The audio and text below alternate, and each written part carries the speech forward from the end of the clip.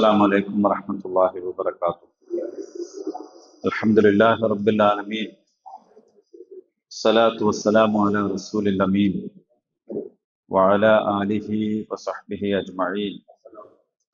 إن أريد إلا الإصلاح ما استطعت وما توفيقي إلا بالله عليه توكلت وإليه أنيب. رب اشرح لي صدري ويسر لي أمري واحلل عقدة من لساني يفقهوا قولي. أعوذ بالله من الشيطان الرجيم. بسم الله الرحمن الرحيم. ألف لام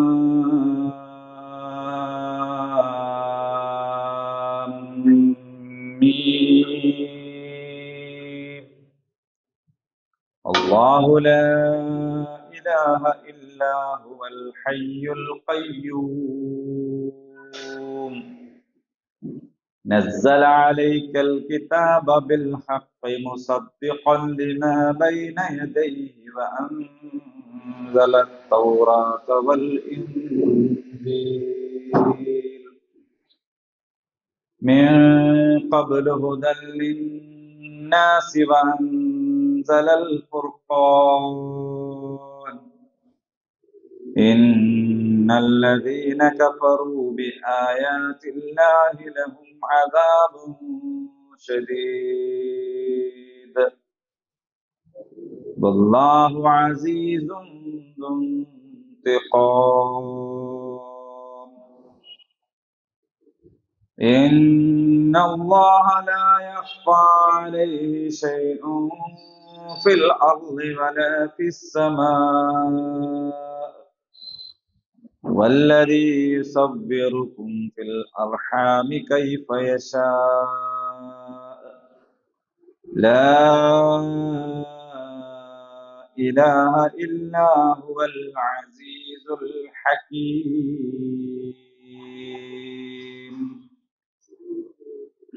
صدق الله العظيم. പ്രിയമുള്ളവരെ, പരിശുദ്ധ ഖുർആനിലെ സൂറത്തുൽ ബഖറ നമ്മൾ കംപ്ലീറ്റ് ചെയ്ത് കഴിഞ്ഞു. തൊട്ടടുത്ത അധ്യായം സൂറ ആൽ ഇംറാനാണ് ഇനി നമ്മൾ പഠിക്കാൻ വിചാരിക്കുന്നത്. 200 ആയത്തുകളാണ് ഈ അധ്യായത്തിലുള്ളത്. അത് അൽ ബഖറ പഠിച്ചു കഴിഞ്ഞവർ എന്ന സ്ഥിതിക്ക് ആൽ ഇംറാൻ പഠിക്കുക വളരെ എളുപ്പമായിരിക്കും. കുറെ പദങ്ങളൊക്കെ ആവർത്തിച്ചു വരും. ഇതിനകം പഠിച്ചു കഴിഞ്ഞ പദങ്ങൾ പിന്നീട് ഇനി വിശദീകരിക്കേണ്ടതുണ്ടാവില്ല. അപ്പൊ അതുകൊണ്ട് കുറച്ചുകൂടി വേഗതയിൽ പോകാനാകുമെന്ന് നമ്മൾ വിചാരിക്കുകയാണ്. ഇൻഷാ അല്ലാഹ് പോയി നോക്കാം. പരിശുദ്ധ ഖുർആനിലെ 3-ാമത്തെ അധ്യായമാണ് ആൽ ഇംറാൻ. 1 അൽ ഫാത്തിഹ, 2 അൽ ബഖറ, 3 ആൽ ഇംറാൻ. അസ്സഹ്റാവൈൻ എന്നാണ് അൽ ബഖറയെയും ആൽ ഇംറാനെയും ചേർത്ത് അതിന്റെ ഫضല് പറഞ്ഞിട്ടുള്ളത്. അസ്സഹ്റാവൈൻ. അപ്പോ നിങ്ങൾ സഹ്റാവൈൻ പാരായണം ചെയ്യുക. പരലോകത്ത് വലിയ പറവക്കൂട്ടങ്ങൾ കണക്കെ, മേഘം കണക്കെ ഒക്കെ നിങ്ങൾക്ക് അള്ളാഹു അനുഗ്രഹങ്ങൾ വർഷിക്കും എന്നൊക്കെ പറഞ്ഞിട്ടുണ്ട്. കാരണം ഒരുമാതിരിപ്പെട്ട കുറെ വിഷയങ്ങൾ ഇതില് വന്നു പോകുന്നുണ്ട്. അൽ ബഖറയും ആൽ ഇംറാനും പഠിച്ചാൽ തന്നെ വലിയ കുറെ കാര്യങ്ങൾ പഠിക്കാൻ കഴിയും. അപ്പൊ അതുകൊണ്ട് അതിന്റെ ഒരു പ്രത്യേകതകൾ, അതിന്റെ പ്രാധാന്യം ഒക്കെ ഹദീസുകളിൽ നമുക്ക് കാണാൻ പറ്റും. മദനിയായ അധ്യായം തന്നെയാണ് ആൽ ഇംറാൻ. ഹിജ്റയ്ക്ക് ശേഷം ഇറങ്ങിയതാണ്. ഒറ്റ സമയത്ത് ഇറങ്ങിയതല്ല എന്ന് പറഞ്ഞാൽ ആദ്യാവസാനം ഒരേ സമയത്ത് ഇറങ്ങിയിട്ടുള്ളതല്ല. ഇത് വ്യത്യസ്ത സന്ദർഭങ്ങളിൽ ഇറങ്ങിയതാണ്. എന്ന് മാത്രമല്ല, ദീർഘമായ ഒരു കാലയളവ് ഈ സൂറത്തിലെ വ്യത്യസ്ത ആയത്തുകൾ തമ്മിലുണ്ട്. ഹിജറ 2-ാം വർഷം ഇറങ്ങിയതുണ്ട്, ഹിജറ 9-ാം വർഷം ഇറങ്ങിയതുണ്ട്. അങ്ങനെ എപ്പോഴിറങ്ങിയതാണെങ്കിലും ആലു ഇമ്രാൻ തന്നെയാണല്ലോ. അപ്പൊ അതുകൊണ്ട് അത് ഇന്നയിടത്ത് വെക്കണം, ഇന്ന ആയത്തിന് ശേഷം വെക്കണം, ഇന്ന ആയത്തിന് മുമ്പ് വെക്കണം എന്നതൊക്കെ അള്ളാഹു തആല തന്നെ ജിബ്രീൽ അലൈഹിസ്സലാം മുഖേന അറിയിച്ചു കൊടുക്കുകയും അങ്ങനെ ഇത് ക്രോഡീകരിക്കപ്പെടുകയുമാണ് ചെയ്തിട്ടുള്ളത്. 200 ആയത്തുകൾ ഉള്ള വലിയ ഒരു സൂറത്താണിത്. പക്ഷെ അൽ-ബഖറ കഴിഞ്ഞാൽ പിന്നെ ഏറ്റവും വലിയ സൂറത്ത് എന്ന് പറയാൻ പറ്റൂല. കാരണം ഇതിനേക്കാൾ ആയത്തുകളുള്ള വേറെ അധ്യായങ്ങളുണ്ട്. പക്ഷെ അത് ചെറിയ ചെറിയ ആയത്തുകളാണ്. ഷൂറ, സൂറത്ത് ഷൂറ ഒക്കെ ഇതിനേക്കാൾ ആയത്തിൽ എണ്ണമുണ്ട്. ചെറിയ ചെറിയ ആയത്തുകളാണെങ്കിലും ഇതിനേക്കാൾ എണ്ണം അതിലുണ്ട്. അപ്പൊ എണ്ണം കൊണ്ട് ഇതിനേക്കാൾ വലിയ കുറെ ആയത്തുകളുള്ള അധ്യായങ്ങളുണ്ട് എന്നർത്ഥം. അൽ-ഫാത്തിഹ, അൽ-ബഖറ, ആലു ഇമ്രാൻ ഇങ്ങനെ 3-ാമത്തെ സ്ഥാനമാണ് മുസ്ഹഫിൽ, ഖുർആനിൽ നമുക്ക് കാണാൻ കഴിയുക. ആലു ഇമ്രാൻ എന്ന് പറഞ്ഞാൽ, ആൽ എന്ന് പറഞ്ഞാൽ കുടുംബം എന്നാണ്. നമ്മൾ സാധാരണ സ്വലാത്ത് ചെല്ലുമ്പം ചെല്ലാറുണ്ട്, അല്ലാഹുമ്മ സ്വല്ലി അലാ മുഹമ്മദിൻ വഅലാ ആലി മുഹമ്മദ് കമാ സ്വല്ലൈത അലാ ഇബ്രാഹിം വഅലാ ആലി ഇബ്രാഹിം അല്ലാഹുമ്മ ബാരിക് അലാ മുഹമ്മദിൻ വഅലാ ആലി മുഹമ്മദ് കമാ ബാറക്ത അലാ ഇബ്രാഹിമ വഅലാ ആലി ഇബ്രാഹിം. അപ്പൊ അത് നമ്മൾ സ്ഥിരം പറഞ്ഞുകൊണ്ടിരിക്കുന്ന ഒരു വാക്കാണ് ആൽ. ആൽ എന്ന് പറഞ്ഞാൽ കുടുംബം എന്നാണ്. അപ്പൊ ഇമ്രാന്റെ കുടുംബം എന്നാണ് ആല് ഇമ്രാൻ. അത് ഈ അധ്യായത്തിൽ വരുന്നുണ്ട്. അത് ഏതാണ് കുടുംബം, എങ്ങനെയാണ് അത് എന്നൊക്കെ അപ്പോൾ വിശദീകരിക്കാം ഇൻഷാ അല്ലാഹ്. ഇപ്പൊ നമ്മൾ ആയത്തിലേക്ക് പ്രവേശിക്കുകയാണ്. സൂറത്തുൽ ബഖറയിൽ ജൂത സമൂഹത്തെ കുറിച്ചാണ് കൂടുതൽ പറഞ്ഞത് എന്ന് നമുക്കറിയാം. എന്നാൽ ഈ അധ്യായത്തിൽ ക്രൈസ്തവ സമൂഹത്തെ കുറിച്ച് ധാരാളം പറയുന്നുണ്ട്. അപ്പൊ എന്തിനാണ് ഇസ്ലാം വിശ്വസിക്കുന്ന അല്ലെങ്കിൽ ഖുർആൻ പഠിക്കുന്ന ഒരാൾ ജൂതരെ കുറിച്ച് പഠിക്കുന്നത്? എന്തിനാണ് ക്രൈസ്തവരെ കുറിച്ച് പഠിക്കുന്നത് എന്ന് ചോദിച്ചാൽ, ഒരാൾ ഇസ്ലാമിനെ ശരിയായി അറിയണമെങ്കിൽ ഇസ്ലാം അല്ലാത്ത അതിന്റെ പരിസരത്തൊക്കെ ഉള്ള മറ്റിതര ജീവിത ദർശനങ്ങളെ കുറിച്ചും അറിഞ്ഞിരിക്കേണ്ടതുണ്ട് എന്നാണ്. അപ്പോൾ മറ്റ് മതങ്ങളെ സംബന്ധിച്ച് അറിയുക, പഠിക്കുക, മനസ്സിലാക്കുക എന്നൊക്കെ പറയുന്നത് ഖുർആനിന്റെ തന്നെ ഒരു അധ്യാപനമായി നമുക്ക് കാണാൻ കഴിയും. പുതിയ കാലത്ത് മത താരതമ്യ പഠനം ശാഖകൾ ഒക്കെ ഉണ്ട്. അതൊക്കെ ഖുർആനിൽ തന്നെ നമുക്ക് കാണാൻ കഴിയുന്ന കാര്യമാണ്. നമ്മളുടെ ഒരു സ്വഭാവം, നമ്മളൊരു ബഹുമത സമൂഹത്തിലാണ് ജീവിക്കുന്നത്. ബഹുമത സമൂഹത്തിലാണ് നമ്മൾ ജീവിക്കുന്നതെങ്കിലും നമുക്ക് നമ്മുടേതല്ലാത്ത മതങ്ങളെ കുറിച്ചുള്ള അറിവ് വളരെ കുറവാണ്. വളരെ കുറവ് എന്ന് പറഞ്ഞാൽ അതിനേക്കാൾ കുറവാണ്. ഇപ്പൊ നമ്മൾ വിചാരിച്ചതിനേക്കാൾ കുറവാണ്.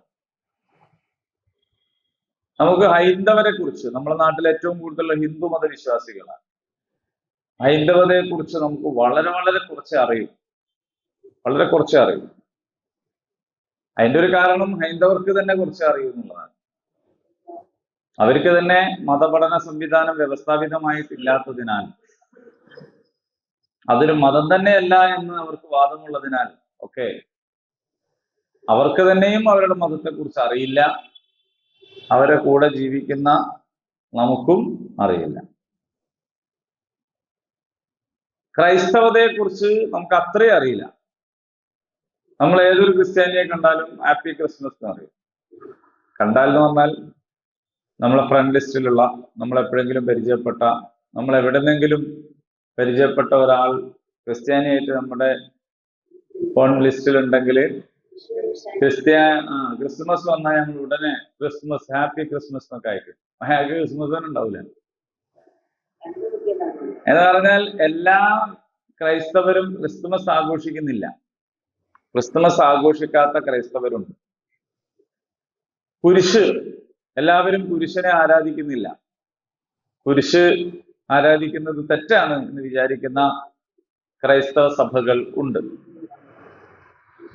അപ്പോ പലതരം ആളുകൾ, റോമൻ കാത്തലിക്സ് ആണ് കൂടുതലുള്ളത്, RC, പിന്നെ ഒരുപാട് സഭകളുണ്ട്. നമ്മുടെ ചലപ്പുറത്ത് ഒരു ബിഷപ്പ് ഹൗസ് ഉണ്ട്, അവര് RC അല്ല, മാർത്തോമ ആണ്. അതേപോലെ CSI ഉണ്ട്.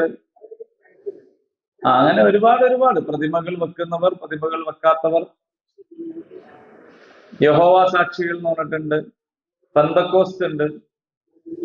അങ്ങനെ പറഞ്ഞു തുടങ്ങിയാൽ 100-200 സഭകൾ കേരളത്തിൽ തന്നെ ഉണ്ട്, ലോകത്തിലല്ല, കേരളത്തിൽ തന്നെ ഉണ്ട്. അപ്പൊ അവരിൽ വ്യത്യസ്തമായ ചിന്താ രീതികൾ, ആഘോഷങ്ങൾ, പരിപാടികളൊക്കെ ഉണ്ട്.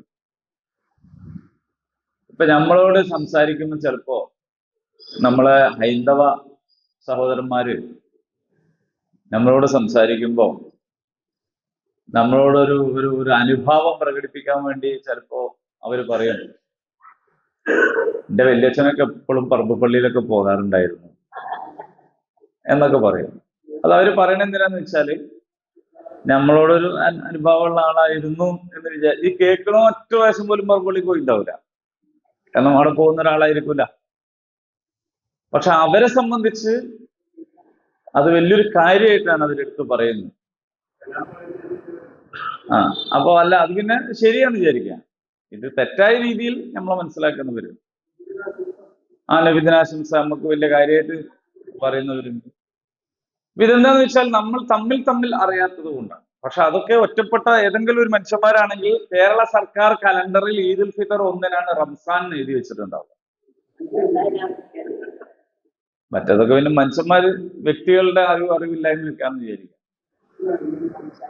അപ്പൊ റംസാൻ എന്ന് പറയുന്നത്, ഈദുൽ ഫിത്തർ എന്ന് പറയുന്നത് ശവ്വാൽ മാസത്തിൽ 1-ാം തീയതിയാണെന്നും അതിന് മുന്നേ കഴിഞ്ഞു പോയൊരു മാസത്തിന്റെ പേരാണ് റമദാൻ എന്നും മനസ്സിലാവാത്തത് കൊണ്ടാണ് ചെറിയ പെരുന്നാളിന് റംസാൻ ആശംസകൾ എന്ന് പറയുന്നത്. അപ്പോ ഞാൻ പറഞ്ഞു വന്നത്, കൂടെ ജീവിക്കുന്നു എന്ന് പറഞ്ഞാലും ഇടപഴകുന്നു എന്ന് പറഞ്ഞാലും നമ്മൾ തമ്മിലൊക്കെ ഉള്ള അറിവുകേടിന്റെ ആഴം വളരെ വലുതാണ്. അറിഞ്ഞൂടാ എന്താണ്. പിന്നെ അതിന്റെ കൂടെ ബോധപൂർവമുള്ള തെറ്റിദ്ധരിപ്പിക്കലുകൾ കൂടി ആകുമ്പോൾ അത് അപകടകരമായ ഒരു രീതിയിലേക്ക് മാറുന്നു. അങ്ങനെയാണ് ഹലാൽ വിവാദം, ഭക്ഷണത്തിൽ തുപ്പലാണ് ഹലാൽ എന്ന് പറഞ്ഞാൽ എന്നൊക്കെ പറയുന്നത്. അല്ലെങ്കിൽ നിങ്ങൾ ആലോചിച്ച് നോക്കൂ, നൂറ്റാണ്ടുകളായിട്ട് ഒന്നിച്ചു കഴിയുന്ന ഒരു സമൂഹത്തിനിടയിൽ എങ്ങനെയാണ് തുപ്പൽ ജിഹാദ് എന്ന് പറയുമ്പോൾ അത് കാണാനും കേൾക്കാനും ഒക്കെ ആളുണ്ടാവുന്നത്? നമുക്ക് ഉടനെ പറയാൻ കഴിയണ്ടേ അങ്ങനെയല്ല ഹലാൽ എന്ന് പറഞ്ഞാൽ എന്ന്? അങ്ങനെ പറയാൻ കഴിയുന്നില്ല. അങ്ങനെയാണ് ലവ് ജിഹാദ് ഉണ്ടായത്. അങ്ങനെ പലതും ഉണ്ടായിക്കൊണ്ടിരിക്കുന്നത് അങ്ങനെയാണ്. അപ്പൊ അതൊക്കെ തമ്മിൽ അകലം ഉണ്ടാകുമ്പോഴാണ്. ഒന്നിച്ചാണ് കഴിയുന്നതെങ്കിൽ പോലും അകലം ഉണ്ടാകും. നമ്മുടെ ബാധ്യത അടുത്തു നിൽക്കാനും പരസ്പരം അറിയാനും ഉള്ള അവസരങ്ങൾ സൃഷ്ടിക്കണം എന്നതാണ്. ഞാൻ നിങ്ങൾ ഖുർആൻ പഠനവേദിക്കാരോട് പറയുന്നത്, ഖുർആൻ പഠനത്തിൽ 1-2 ദിവസം ഒരു സാമ്പിൾ എന്ന നിലയ്ക്ക് നിങ്ങൾ അവരെ കൂട്ടിക്കൊണ്ടുവരും. അങ്ങനെ നമുക്ക് എന്ത് ചെയ്യാം, ഒരു സൗഹൃദ ഖുർആൻ പഠന ക്ലാസ് നടത്താവുന്നതാണ്. അവരെ പങ്കെടുപ്പിച്ചിട്ട് ഒരു ഖുർആൻ ക്ലാസ്. എന്താണ് ഈ ഖുർആൻ ക്ലാസ്? അവരറിഞ്ഞോട്ടെ. ചില പള്ളികളിലൊക്കെ സൗഹൃദ ജുമ എന്ന് പറഞ്ഞിട്ട് ഇപ്പോൾ നടത്തുന്നുണ്ട്. എന്ന് പറഞ്ഞാൽ ഒരു ഗാലറി ഒരുക്കി അവരെ കൂട്ടിക്കൊണ്ടുവന്ന് നിസ്കാരം കാണിച്ചു കൊടുക്കുക, ജുമ കാണിച്ചു കൊടുക്കുക. അപ്പൊ അവരെ പ്രത്യേകം ക്ഷണിക്കുക, അവരിലെ നേതാക്കന്മാര്, അവരിലെ സംസാരം, അതായത് ഇടപെടൽ നടത്തിക്കൊണ്ടിരിക്കുന്ന ആളുകളൊക്കെ കൊണ്ടുവന്ന് കാണിച്ചു കൊടുക്കുക. അപ്പൊ ഈ പരസ്പരം അറിയുക എന്ന് പറയുന്നത്, ഇടപഴകുക എന്ന് പറയുന്നത് ശത്രുത ഇല്ലാതാക്കാനുള്ള വളരെ വലിയ ഒരു സംഗതിയാണ്. ഇപ്പൊ നിങ്ങൾ ആലോചിച്ച് നോക്കൂ, 5-8 കൊല്ലമായിട്ട് നമ്മളിവിടെ അങ്ങനെ വന്നിരിക്കുന്നു, എല്ലാ ഞായറാഴ്ച നമ്മളിങ്ങനെ പോകുന്നു, വന്നിരിക്കുന്നു. എന്തായിരിക്കും ഇപ്പൊ ഇവര് അവിടെ പഠിക്കണത് എന്നൊരു കൗതുകം സ്വാഭാവികമായിട്ടും ഉണ്ടാകാം. അപ്പൊ അത് അതേ സമയത്ത് നമ്മളൊരു ദിവസം അവരെയും കൂട്ടി വരുന്നു. എന്നിട്ട് നമ്മൾ വേറെ പ്രസംഗമൊന്നല്ല, അന്നും ഖുർആൻ ക്ലാസ് തന്നെ നടത്തുന്നു. ഇതാണ് ഇവിടെ പഠിക്കുന്നത്. നമ്മുടെ മദ്രസയിൽ പഠിപ്പിക്കുന്ന പുസ്തകങ്ങൾ അത് നമ്മളെ സഹോദരന്മാർക്ക് കാണിച്ചു കൊടുക്കുന്നു. ഇതാണ് മദ്രസയിൽ പഠിപ്പിക്കുന്നത്. നല്ല പൗരന്മാരാവുക, നമ്മുടെ സൽസ്വഭാവം, അയൽവാസികളോട് നല്ല ബന്ധം ഉണ്ടാവുക, ഇതൊക്കെ പഠിപ്പിക്കുന്നത് അവർക്ക് കാണിച്ചു കൊടുത്താൽ എന്താണ്? അപ്പൊ പരിശുദ്ധ ഖുർആൻ എന്താണ് എന്ന് നമ്മൾ കാണിച്ചു കൊടുക്കുന്നു. ഇങ്ങനെ ഇപ്പൊ ഖുർആൻ, ഇത് ഇപ്പോ പറയാനുള്ള കാരണം, ഖുർആൻ എന്ത് ചെയ്യുന്നു എന്ന് വെച്ചാൽ, ഖുർആൻ എടുത്തോതുന്ന മനുഷ്യന്മാർക്ക് ആദ്യത്തെ മുഖദ്ദിമ, ഈ സൂറത്തുൽ ഫാത്തിഹ കഴിഞ്ഞാൽ ആദ്യം തന്നെ ജൂത സമൂഹവുമായി ബന്ധപ്പെട്ട കുറെ കാര്യങ്ങൾ പറഞ്ഞു. ഇനി ക്രൈസ്തവ സമൂഹവുമായി ബന്ധപ്പെട്ട കുറെ കാര്യങ്ങൾ പറയും. അപ്പോൾ കൊടുക്കൽ വാങ്ങലുകൾ, ആദാന പ്രദാനങ്ങൾ, പരസ്പരം അറിയൽ, താരതമ്യ പഠനം എന്നതിനൊക്കെ ഖുർആൻ മുന്തിയ പരിഗണന നൽകുന്നുണ്ട് എന്ന് കൂടി നമുക്ക് ഇതിൽ നിന്ന് കാണാൻ കഴിയും. പിന്നെ ഇതെല്ലാം തമ്മിൽ ബന്ധമില്ലാത്ത, ഒരിക്കലും എവിടെയും തമ്മിൽ സ്പർശിക്കാതെ വിട്ടുവിട്ടു പോകുന്നതല്ല. ഇതൊക്കെ യഥാർത്ഥത്തിൽ ഒരേ ഉറവിടത്തിൽ നിന്ന് വന്നതാണ്.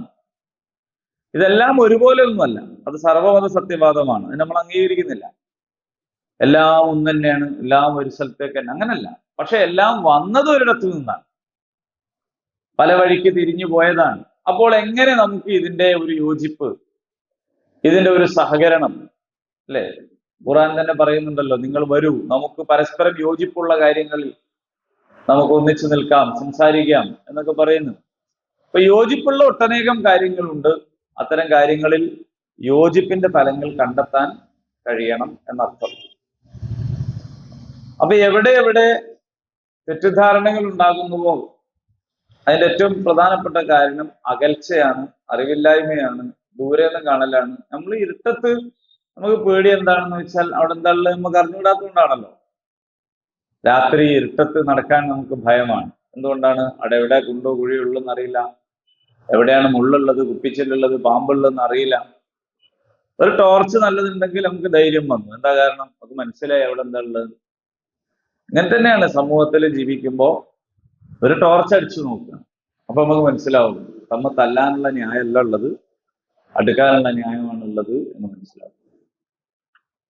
ശരി, ഇനി ഇതിന്റെ വാക്കർത്ഥത്തിലേക്ക് വരാം. ബാക്കി കാര്യങ്ങൾ അതാതിൻ്റെതായ നേരത്തും സമയത്തും നമുക്ക് വിശദീകരിക്കാം ഇൻഷാ അല്ലാഹ്. അലിഫ് ലാം മീം നമ്മൾ അൽ ബഖറ പഠിച്ചപ്പോൾ അതിനെക്കുറിച്ച് പറഞ്ഞിട്ടുണ്ടായിരുന്നു. അതിന് മുമ്പുള്ള ചില സൂറത്തുകൾ പഠിച്ചപ്പോഴും നമ്മൾ പറഞ്ഞിട്ടുണ്ടായിരുന്നു. ഇതിന്റെ പാരായണം നമ്മൾ പിശുക്ക് കാണിക്കാതെ ചെയ്യണം. അലിഫ് ലാം മീം. അപ്പം നല്ല നീട്ടി നല്ല ഉഷാറാക്കി തന്നെ ഉച്ചരിക്കണം. ഇങ്ങനെയുള്ള വേറെയും ഉദാഹരണങ്ങളുണ്ട്. പറഞ്ഞോളൂ, ഉദാഹരണങ്ങൾ പറയും ഇതേപോലുള്ള. എങ്ങനെ യാസീൻ ഓതാൻ?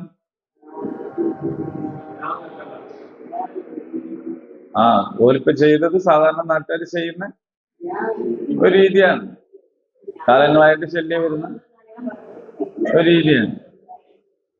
നിങ്ങൾ അങ്ങനല്ല ഓതണ്ടേ, നാട്ടുകാരങ്ങനെ ഓതിക്കോട്ടെ. നിങ്ങൾ ഓതനായിരുന്നു മതി. യാസീൻ അങ്ങനെ ഓതണ്ട്. അല്ലാണ്ട് യാന്ന് നീട്ടി ശ്വാസം മുട്ടി അവസാനം സീനിന് ഉറപ്പ് നിർത്തരുത്. അത് നമ്മൾ ആമീൻ പറയുമ്പോഴും അങ്ങനെ തന്നെയാണ്. വലല്ലാലി ഇമാം പറഞ്ഞാല് പിന്നെ നമ്മൾ എല്ലാവരും കൂടി ഉറക്കെ വായ തുറന്നിട്ട് ഉറക്കെ പറഞ്ഞ് പേടിപ്പിക്കും. മനസ്സിലായത്? ആമീൻ.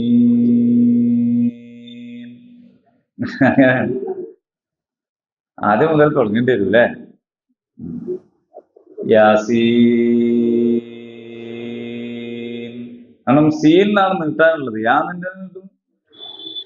യാസീൻ. ആ അതേപോലെ അലിഫ് ലാം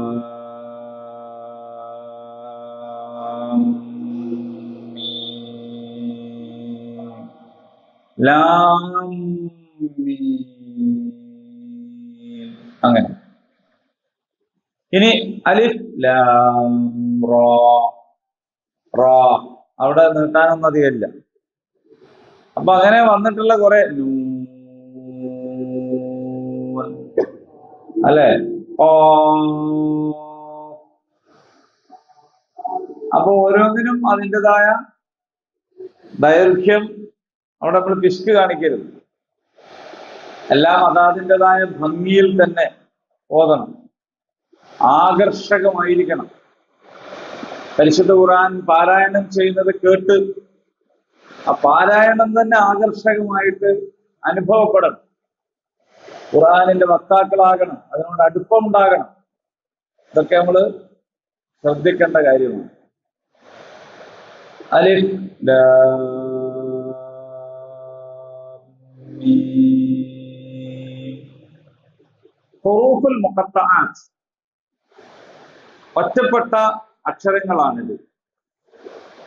ഖുർആനിൽ വേറെയും ഉദാഹരണങ്ങൾ അതിലുണ്ട്. അതില് എന്താണ് ഇതിന്റെ അർത്ഥം എന്ന് ഒരുപാട് ചർച്ചകളുണ്ട്. ആ ചർച്ചകൾ വിശദമായി നടത്തിയതിനു ശേഷം പണ്ഡിതന്മാര് പറയും അല്ലാഹു അഅലം. ഒരുപാട് ചർച്ച ചെയ്തതിന്റെ അവസാനം അല്ലാഹു അഅലം. മൊത്തത്തിൽ എല്ലാ അഭിപ്രായങ്ങളും എടുത്ത് പരിശോധിച്ചാൽ അവസാനം നമുക്ക് മനസ്സിലാവും നമുക്കത് അറിയില്ല. അതിന്റെ അർത്ഥം എന്താന്നുള്ളത് നമുക്കറിയില്ല. നമുക്ക് ഖുർആനിൽ നിന്ന് ഹിദായത്ത് കിട്ടാൻ, അതിൽ നിന്ന് വെളിച്ചം കിട്ടാൻ, അതിൽ നിന്ന് തെളിച്ചം കിട്ടാൻ അതിന്റെ അർത്ഥം അറിയണമെന്നില്ല. പിന്നെ ഖുർആൻ ഇറങ്ങിക്കൊണ്ടിരിക്കുമ്പോൾ തന്നെ ധാരാളക്കണക്കിന് വിമർശനങ്ങൾ ഖുർആനിനെ സംബന്ധിച്ച് വന്നിട്ടുണ്ട്. ഇപ്പൊ മുഹമ്മദ് നബി കെട്ടിയുണ്ടാക്കിയതാണ്, സ്വന്തമായിട്ട് ഉണ്ടാക്കിയതാണ് എന്നൊക്കെ വന്നിട്ടുണ്ട്. പക്ഷേ അപ്പോൾ പോലും ഇതെന്താണ് കുറെ അർത്ഥറിയാത്ത അക്ഷരങ്ങൾ ഇങ്ങനെ പറയുന്നു എന്ന് ആരും ചോദിച്ചിട്ടില്ല. ഇപ്പൊ ഇറങ്ങിക്കൊണ്ടിരിക്കുന്ന കാലത്ത് തന്നെ വിമർശന വിധേയമായ ഖുർആൻ ഇത്തരം അക്ഷരങ്ങളുടെ പേരിൽ വിമർശിക്കപ്പെട്ടിട്ടില്ല, ആക്ഷേപിക്കപ്പെട്ടിട്ടില്ല എന്നതിൽ നിന്ന് മനസ്സിലാവുന്നത് ഇത് ഇറങ്ങിക്കൊണ്ടിരിക്കുന്ന കാലത്ത് അറബികളെ സംബന്ധിച്ചിടത്തോളം അവർക്ക് പരിചിതമായിരുന്ന ഒരു ശൈലി ആയിരുന്നു ഇത് എന്നതാണ്. അതുകൊണ്ടാണ് അവരൊന്നും പ്രത്യേകിച്ച് ഇതിനെ പറ്റി പറയാത്തത്. ഇത് സിറുൽ ഖുർആൻ, ഖുർആനിന്റെ രഹസ്യ കോഡാണ് എന്നൊക്കെ പറഞ്ഞിട്ട് അല്ലാഹു അഅലം, നമുക്കറിയില്ല. ഒരുപക്ഷെ വരും കാലത്ത് ഇത്തരം സംഗതികളെ കുറിച്ചുള്ള ഗവേഷണങ്ങളൊക്കെ തുടരുന്ന ഏതൊരു സമയത്ത് വേറെയും ചില നിഗമനങ്ങളൊക്കെ ഇതിനെക്കുറിച്ച് പറഞ്ഞേക്കാം, നമുക്കറിയില്ല. നമ്മൾ മലയാളത്തിൽ തന്നെ പാട്ടൊക്കെ പാടുമ്പോൾ ചില അക്ഷരങ്ങൾ ആദ്യം പറയലില്ലേ? സരിഗമ പദനിസയിലെ ഏതെങ്കിലും അക്ഷരമൊക്കെ പറഞ്ഞിട്ട് ആദ്യം, അല്ലെങ്കിൽ പിന്നെ പറഞ്ഞിട്ട് പാട്ട് തുടങ്ങൂലേ?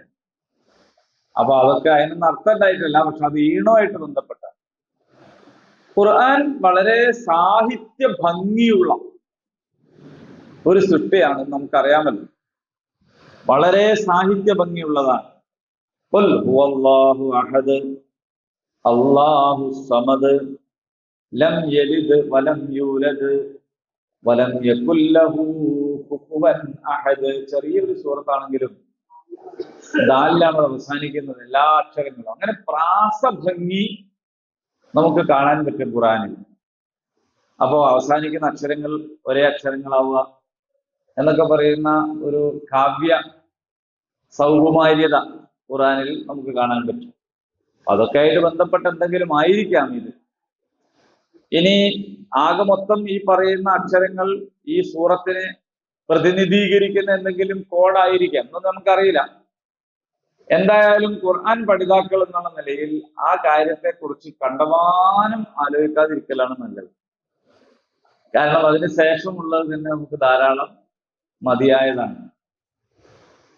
അല്ലാഹു ലാ ഇലാഹ ഇല്ലാ ഹുവൽ ഹയ്യുൽ ഖയ്യൂം. അൽ ബഖറ പഠിച്ചപ്പോൾ നമ്മൾ ഈ ആയത്ത് കേട്ടിട്ടുണ്ട്. ആയത്തുൽ കുർസി, സൂറത്തുൽ ബഖറയുടെ 255 ആയത്ത്. അല്ലാഹു ലാ ഇലാഹ ഇല്ലാ ഹുവൽ ഹയ്യുൽ ഖയ്യൂം ലാ തഖുദുഹു സിനത്തുൻ വലാ നൗം ലഹു മാ ഫിസ് സമാവാതി വമാ ഫിൽ അർദ് മൻ ദല്ലദീ യശ്ഫഉ ഇൻദഹു ഇല്ലാ ബിഇദ്നിഹി യഅലമു മാ ബൈന അയ്ദീഹിം വമാ ഖൽഫഹും വലാ യുഹീതൂന ബിശൈഇൻ മിൻ ഇൽമിഹി ഇല്ലാ ബിമാ ശാഅ വസിഅ കുർസിയ്യുഹു السماوات والأرض ولا يؤوده حفظهما وهو العلي العظيم. ഇത് എപ്പോഴും ചൊല്ലേണ്ടതാ. ഇത് അർത്ഥം അറിഞ്ഞ് ചൊല്ലുന്ന വീടുകളിൽ നിന്ന് ശൈത്താൻ ഓടി ഒളിക്കും എന്നുണ്ട്. അപ്പൊ രാത്രി കിടക്കാൻ നേരത്തും പിന്നെ നമുക്ക് കഴിയുന്ന സമയത്തൊക്കെ ഇത് പാരായണം ചെയ്യണം കേട്ടോ. നിസ്കാരത്തിന് ശേഷമൊക്കെ പാരായണം ചെയ്യണം ആയത്തുൽ കുർസി. അത്രയും പ്രാധാന്യമുള്ളതാണ്. എന്തായാലും അല്ലാഹു ലാ ഇലാഹ ഇല്ലാ ഹുവ, ഇത് ലാ ഇലാഹ ഇല്ലല്ലാ എന്ന് തന്നെയാണ്. ലാ ഇലാഹ ഇലാഹില്ല ഇല്ലല്ലാ, അല്ലാഹു അല്ലാതെ. അതിനെയാണ് അല്ലാഹു, അല്ലാഹു ആകുന്നു. ലാ ഇലാഹ ഇലാഹില്ല ഇല്ലാ ഹുവ, അവനല്ലാതെ. അല്ലാഹു അല്ലാതെ ഇലാഹില്ല, ഇലാഹില്ല അല്ലാഹു അല്ലാതെ. അത് തിരിച്ചു പറഞ്ഞു എന്നുള്ളൂ. അല്ലാഹു, അല്ലാഹു ആകുന്നു. ലാ ഇലാഹ ഇലാഹില്ല ഇല്ലാ ഹുവ, അവനല്ലാതെ. ഇത് നമ്മൾ തെറ്റിദ്ധരിപ്പിക്കുന്ന, ഏറെ തെറ്റിദ്ധരിപ്പിക്കപ്പെടുന്ന ഒരു വാക്കാണ്. സംഘപരിവാറിന്റെ ആളുകൾ പറയുന്നു പള്ളിയിൽ വെച്ച് നമ്മൾ ഉച്ചത്തിൽ മുഴക്കുന്ന ബാങ്ക് അത്യന്തം പ്രകോപനപരമാണ് എന്ന്. എന്താണ് കാരണം? അല്ലാഹു അല്ലാത്ത ദൈവമല്ല എന്നാണ് ഈ വിളിച്ചു പറയുന്നത്. 33 കോടി ദൈവങ്ങളെ വിശ്വസിക്കുന്ന ഹൈന്ദവരും മറ്റിതര ദൈവങ്ങളെ വിശ്വസിക്കുന്ന ധാരാളം വിശ്വാസികളുമുള്ള ഒരു നാട്ടിൽ വന്നിട്ട് വേറെ ദൈവങ്ങളെല്ലാം നിഷേധിക്കുകയും ഒന്നും ദൈവമല്ല, ഞങ്ങൾക്ക് മാത്രമേ ദൈവമുള്ളൂ എന്ന് പറയുകയും ചെയ്യുന്നത് എന്തുമാത്രം പ്രകോപനപരമാണ് എന്നാണ് അവർ ചോദിക്കുന്നത്. ഇപ്പൊ ടി വി ചർച്ചകളൊക്കെ വളരെ വ്യാപകമായിട്ട് ചോദിച്ചുകൊണ്ടിരിക്കുന്നു. ബാങ്ക് നിരോധിക്കണം, കാരണം ബാങ്ക് ഇങ്ങനെ ഉള്ള ഒരു കാര്യമാണ് എന്നാണ് അവർ പറയുന്നത്. യഥാർത്ഥത്തിൽ എന്താണ്? ഇതിനെന്തെങ്കിലും പ്രകോപനമുണ്ടോ? എന്താണ് പറയുന്നത്? ലാ ഇലാഹ, ദൈവമില്ല, ഇല്ലല്ലാ, സാക്ഷാൽ ദൈവമല്ലാതെ. നമുക്കും അറിയില്ല, സാക്ഷാൽ ദൈവമല്ലാതെ മറ്റു ദൈവമില്ല. മനുഷ്യന്മാരെ, നിങ്ങൾ ആരുടെ മുമ്പിലും തലകുനിക്കരുത്, നിങ്ങൾ ആർക്കും അടിമപ്പെടരുത്. നിങ്ങളെ അടിമകളാക്കി വെക്കാൻ ഇവിടെ ആർക്കും അവകാശമില്ല. സാക്ഷാൽ ദൈവത്തിന് മാത്രമേ നിങ്ങൾ അടിമപ്പെടാവൂ എന്ന് നമ്മൾ വിളിച്ചു പറയുന്നത്. ഇതിനേക്കാൾ വലിയ മാനവികത വേറെന്താണ്? നമ്മൾ വിളിച്ചു പറയുന്നത് ഇന്ത്യൻ ഭരണഘടനയിൽ പറയുന്ന സമത്വമാണ്. മനുഷ്യന്മാരെല്ലാവരും തുല്യരാണ്. ഒരാളും ദൈവമല്ല, ഒരാൾ യജമാനനല്ല, ഒരാൾ ഉടമയല്ല. അപ്പൊ നമ്മൾ ഇക്വാലിറ്റിയാണ് ഈ വിളിച്ചു പറയുന്നത്. പക്ഷെ നമ്മൾ വിളിച്ചു പറയുന്നത് എന്താന്ന് നമുക്കും അറിയില്ല, കേൾക്കുന്നവർക്ക് നമ്മൾ പറഞ്ഞു കൊടുത്തില്ലെങ്കിൽ അവർ പറയുന്നത് അത് പ്രകോപനപരമാണ് എന്നാണ്. ഇലാഹ് എന്ന് പറഞ്ഞാൽ എന്താണ്? ഇലാഹ് എന്ന് പറഞ്ഞാൽ നമുക്ക് തൽക്കാലം സൗകര്യത്തിന് ദൈവം എന്ന് പറയാം. അതിന്റെ തൽക്കാലം പറയാന്ന് പറഞ്ഞാൽ അതിനല്ലാതെയും ഖുർആൻ ഇത് പ്രയോഗിച്ചിട്ടുണ്ട് എന്നതുകൊണ്ടാണ്. ആലിഹത്ത്, ഇലാഹുകൾ എന്നും പ്രയോഗിച്ചിട്ടുണ്ട്. ഫിർഔനിനെ ഇലാഹ് എന്ന് പ്രയോഗിച്ചിട്ടുണ്ട്. ദേഹേച്ഛയെ ഇലാഹ് എന്ന് പ്രയോഗിച്ചിട്ടുണ്ട്. റഅയ്ത മൻ ഇത്തഖദ ഇലാഹഹു ഹവാ, ദേഹേച്ഛയെ ഇലാഹാക്കുന്നവനെ നീ കണ്ടില്ലേ? ഹവാ, സ്വന്തം ഇഷ്ടം, തന്നിഷ്ടത്തെ ഇലാഹാക്കുക എന്ന് പറഞ്ഞാൽ തന്നിഷ്ടത്തെ ദൈവാക്കുക. ആരെങ്കിലും എന്റെ ഇഷ്ടം, എന്റെ താല്പര്യം, അതിനെങ്ങനെ ദൈവാക്കുക? അപ്പൊ തന്നിഷ്ടത്തെ ഇലാഹാക്കുന്നവനെ കണ്ടില്ലേ എന്ന് ചോദിച്ചാൽ തന്നിഷ്ടത്തെ പൂജിക്കുന്ന ആരും ഉണ്ടാവൂല, ആരാധിക്കുന്നവരുണ്ടാവൂല. അപ്പൊ അവിടെ ആരാധ്യൻ എന്ന് പറഞ്ഞാൽ അർത്ഥം ശരിയാവൂല. അപ്പോ ഇങ്ങനെ വിശാലമായ അർത്ഥത്തിൽ ഇലാഹ് എന്ന് ഖുർആനിൽ വന്നിട്ടുണ്ട്. അങ്ങനെ വന്ന ഏതർത്ഥം പരിശോധിച്ചാലും ആ അർത്ഥത്തിലെല്ലാം ഇലാഹായിട്ട് ഏകനായ ഇലാഹേ ഉള്ളൂ. അങ്ങനെ അല്ലാത്ത ഒരു ഇലാഹ് ഇല്ല. ഇതാണ് ലാ ഇലാഹ ഇല്ലല്ലാഹ്. അള്ളാഹു എന്ന് പറഞ്ഞാൽ എന്താണ്? അള്ളാഹു എന്ന് പറഞ്ഞാൽ എന്താണ്? അറബികൾ സാക്ഷാൽ ഇലാഹിനെ സൂചിപ്പിക്കാനാണ് അൽ ഇലാഹ് എന്ന് പറയുന്നത്. മുഹമ്മദ് നബി സല്ലല്ലാഹു അലൈഹി വസല്ലം കൊണ്ടുവന്ന വാക്കല്ല അത്. നമ്മൾ മുമ്പേ പറഞ്ഞതാണ്. നബി സല്ലല്ലാഹു അലൈഹി വസല്ലം ജനിക്കണതിന് മുമ്പ് മരിച്ചുപോയ വാപ്പാന്റെ പേര് അബ്ദുള്ള എന്നായിരുന്നു. വാപ്പാക്ക് ആ പേരിട്ടത് വാപ്പാന്റെ വാപ്പയാണെങ്കിൽ നബി സല്ലല്ലാഹു അലൈഹി വസല്ലം എന്തായിട്ടില്ല, അന്ന് ജനിച്ചിട്ടില്ല ആ പേരിടുമ്പോൾ. അപ്പൊ റസൂലുള്ളാഹി കൊണ്ടുവന്ന പേരല്ല അള്ളാഹു എന്നത്. ആദ്യമേ തന്നെ അറബികൾക്ക് അറിയാവുന്ന പേരാണ്. അറബിക് ബൈബിളിലൊക്കെ അള്ളാഹു എന്നാണുള്ളത്, ദൈവം എന്ന് പറയേണ്ട അടുത്ത്.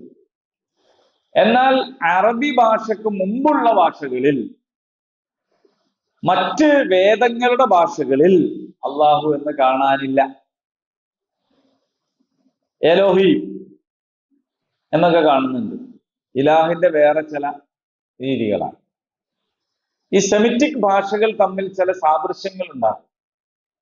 നമ്മളെ തമിഴും മലയാളമൊക്കെ തമ്മിൽ സാദൃശ്യമുള്ള പോലെ ദ്രാവിഡ ഭാഷകൾ തമ്മിൽ സാദൃശ്യമുണ്ട്. പലതും അങ്ങോട്ടും ഇങ്ങോട്ടൊക്കെയാണ്.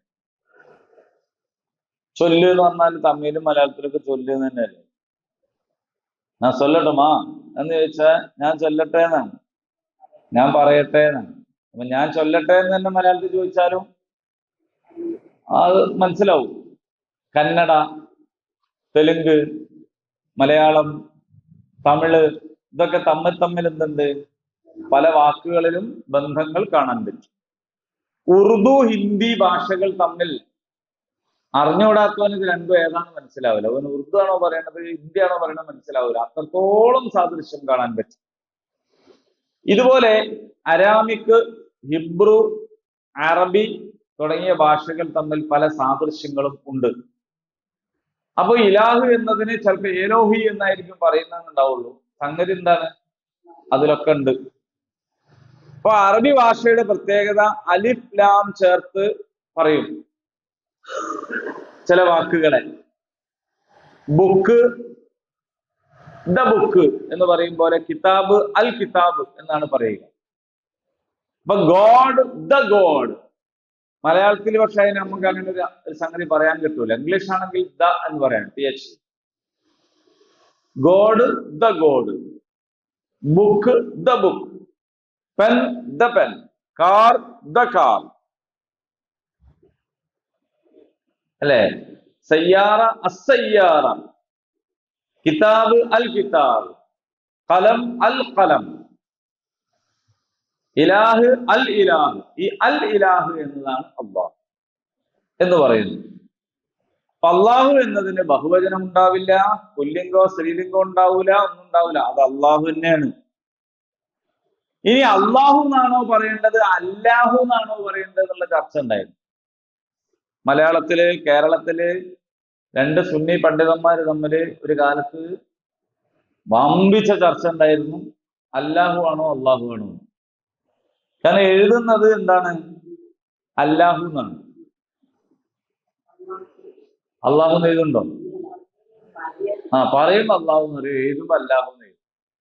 എന്നാ പിന്നെ എഴുതണായിട്ട് തന്നെ അങ്ങ് പറഞ്ഞാൽ പോരെ എന്നാണ് ചർച്ച. കാരണം അറബി ഭാഷയിൽ ലാ ഉണ്ടല്ലോ.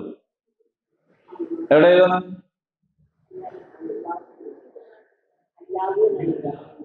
മാഷ പറയും മലയാളത്തിൽ ലാ ഇല്ലാത്തോണ്ടല്ലോ.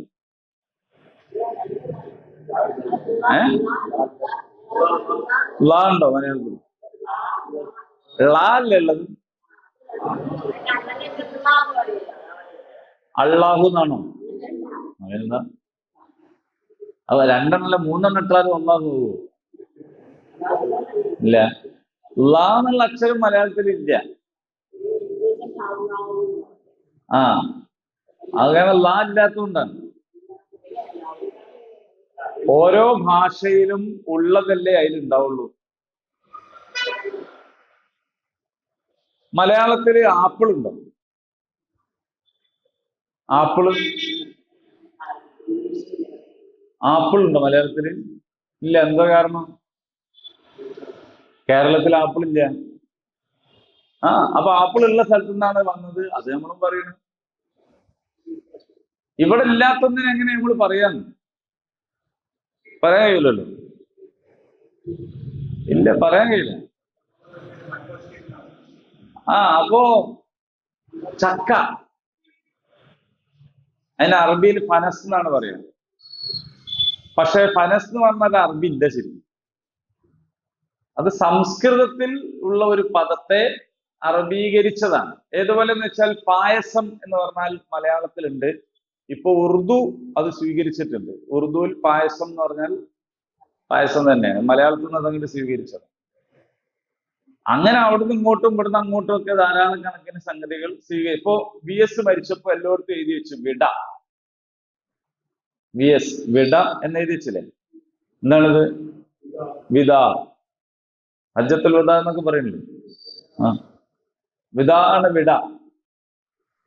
അപ്പൊ ഇങ്ങനെ ഭാഷയിൽ അങ്ങോട്ടും ഇങ്ങോട്ടും ഒക്കെ എടുക്കും, അങ്ങോട്ടും ഇങ്ങോട്ടും. അപ്പൊ ഇവിടെയുള്ള ചർച്ച അല്ലാഹു ആണോ അല്ലാഹു ആണോ? നമ്മൾ എഴുതുന്നത് അല്ലാഹു എന്നാണ് അറബിയിൽ. അറബിയിൽ തന്നെ എഴുതുന്നത് അല്ലാഹു എന്നാണ്. മലയാളത്തിലത്തെ അല്ല, അറബിയിൽ. പക്ഷെ ലാ ഉണ്ടല്ലോ, രണ്ട് ലാ ഉണ്ട്. ഒന്ന് ത്വാ എന്നുള്ളതിന്റെ ഉള്ളിൽ കുത്തിട്ടാലും ലാ നാവും, സ്വാ എന്നുള്ളതിന്റെ ഉള്ളിൽ കുത്തിട്ടാലും ലാ നാവും. ഇങ്ങനത്തെ രണ്ട് ലാ അറബിയിൽ ഉണ്ടായിട്ടും, ഒന്ന് ലാ ആണ്, ഒന്ന് ലോ ആണ്. ഇത് രണ്ടും ഉണ്ടായിട്ടും അത് രണ്ടും ഇല്ലാതെ എഴുതുന്നത് എന്താണ്? അലിഫ് ലാം ലാം ഹ എന്നാണ് അള്ളാഹു എന്ന് എഴുതുന്നത്. എന്നിട്ട് നമ്മൾ അള്ളാഹു എന്ന് വായിക്കുന്നു. അവിടെയാണ് ഈ ചർച്ച ഉണ്ടാകുന്നത്. അപ്പൊ അള്ളാഹു എന്നാണ് വായിക്കേണ്ടതെങ്കിൽ അറബിയിൽ ലാ ഉണ്ടല്ലോ, അതിൽ എഴുതിയാ പോരേന്നാണ്. അത് മലയാളത്തിൻ്റെതല്ല. മലയാളത്തിൽ പിന്നെ ലാ ഇല്ലായിട്ടാണ് വിചാരിക്കുക അല്ലാഹു എന്ന് ചെയ്യുന്നു. അറബിയിൽ ലാ ഉണ്ടായിട്ടും എന്ത് ചെയ്യുന്നു? എഴുതുന്നത് ഇല്ല തന്നെയാണ്. അപ്പൊ അതുകൊണ്ട് അല്ലാഹു എന്നല്ലേ പറയേണ്ടത് എന്നതാണ് ചോദ്യം. കേരളത്തിന്റെ പുറത്ത് പോയ ആളുകൾക്ക് മാത്രല്ല, കേരളത്തിന്റെ പുറത്തുനിന്ന് ഇങ്ങോട്ട് വന്നവർ ഇപ്പോൾ നാട്ടിൽ ഉണ്ടായത് കൊണ്ട് നമുക്ക് തന്നെ അറിയാം. ആദ്യമൊക്കെ കേരളത്തിന് പുറത്തു പോയവരും തന്നെ പറയേണ്ടി വരും. ഇപ്പൊ അത് വേണ്ട. ബംഗാളിൽ നിന്നും ബീഹാറിൽ നിന്നും ആസാമിൽ നിന്നും ഡൽഹിയിൽ നിന്നും ഒക്കെ വന്ന് നമ്മുടെ ഇമാമിങ്ങളുണ്ട്, ബാങ്ക് കൊടുക്കുന്നവരുണ്ട്. ലാ ഇലാഹ ഇല്ലല്ലാ എന്ന് ഒരു ബാങ്ക് കൊടുക്കുക. അങ്ങനെ പറയാം. അല്ലാഹു അക്ബർ അല്ലാഹു അക്ബർ എന്നാ പറയാം. നമ്മളെ കൂടെ കുറച്ച് ശീലമായാൽ ഒരു എന്ത് ചെയ്യുന്നല്ലേ അള്ളാഹ്. നമ്മളെ ശീലം കൊണ്ട് പോലെ അങ്ങനെ ആക്കും. അല്ലെങ്കിൽ നമ്മളോല് തിരുത്തുന്നതാണ്. ഇങ്ങനല്ല, ഇങ്ങനെ ആക്കണം, ഓല് ഇടങ്ങേറാവുന്നിട്ട് അത് പറയാൻ. അപ്പൊ ഉറുദുക്കാരൊക്കെ സാധാരണ അല്ലാഹു എന്നാണ് പറയാം. ഇനി നമ്മൾ തന്നെയും എല്ലാ സ്ഥലത്തും ഇതിനെ ലാ എന്നല്ല പറയുന്നത്. അഊദു ബില്ലാഹി ബിസ്മി ഇല്ലാഹി, അല്ലേ? അല്ലാണ്ട് ബിസ്മില്ലാഹി എന്ന് അറിയോ?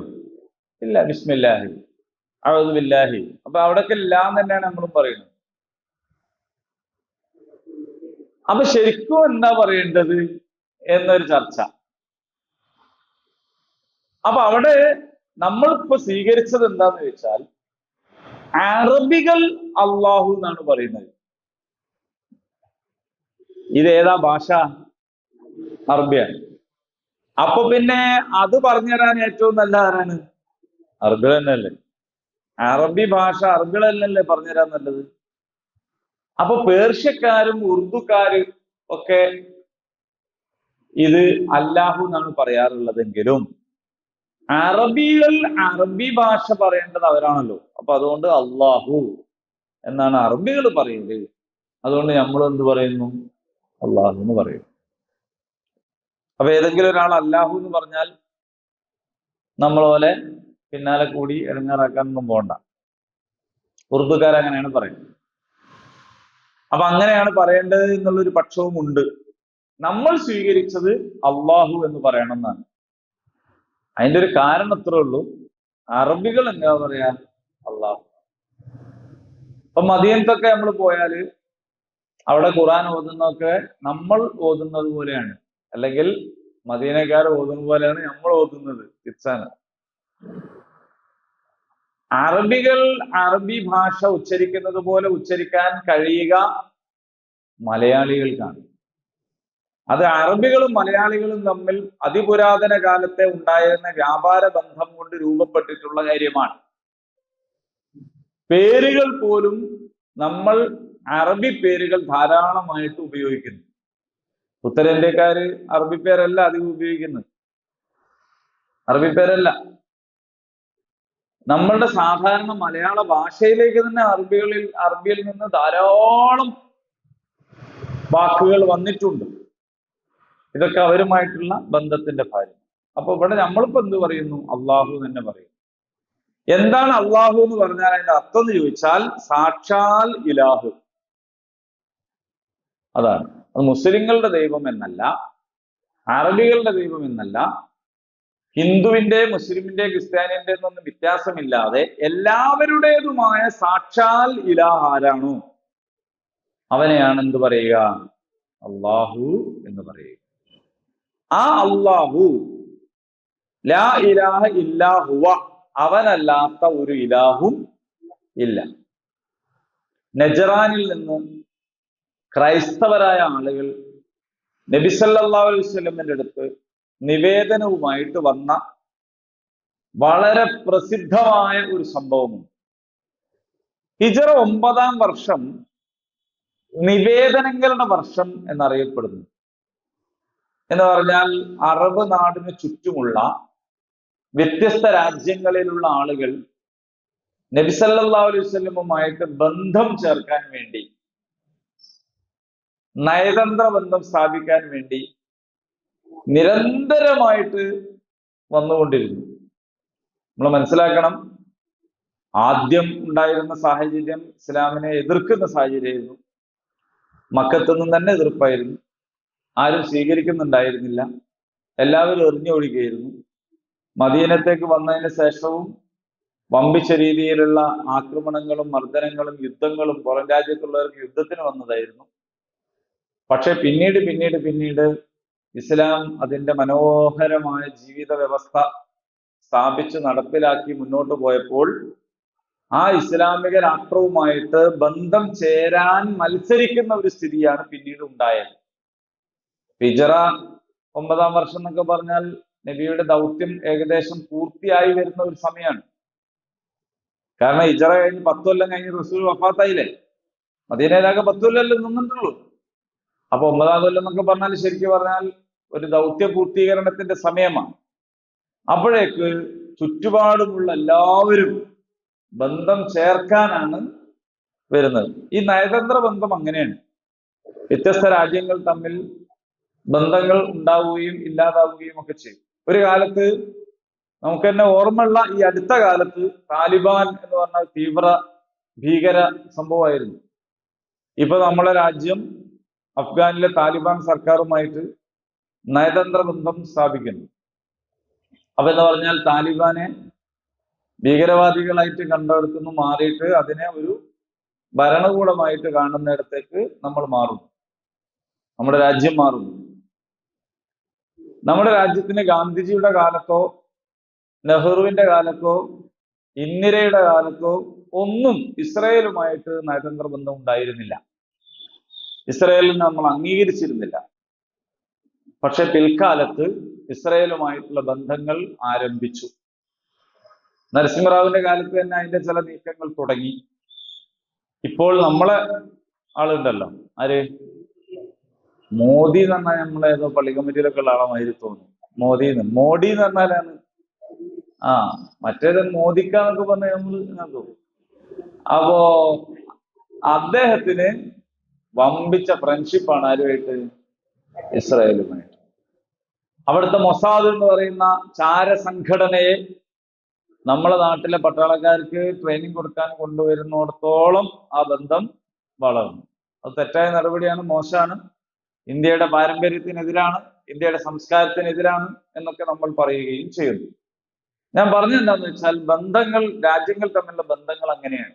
ഇന്നത്തെ ബന്ധമല്ല നാളത്തെ ബന്ധം.